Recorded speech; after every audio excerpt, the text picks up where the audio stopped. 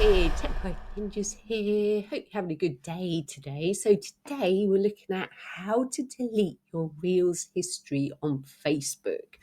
So first of all, you need to open up your Facebook homepage, and from there you're going to click in the top right hand corner on your profile picture.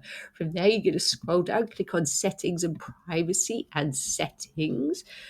From there we're going to go over to the left hand side and scroll down until you get to the section that says your activity. We're going to click on activity log, and from there, right at the top, you should see your Facebook activity. So I'm going to click on there, and then I'm going to scroll down to a section that says Reels. I'm going to click on there, and then you can click on your Reels, and you can delete them easily by clicking on the three dots and clicking on Move to Bin. So that's how you delete your Reels history in Facebook. I hope that was helpful. Please like this video and subscribe. I will see you soon.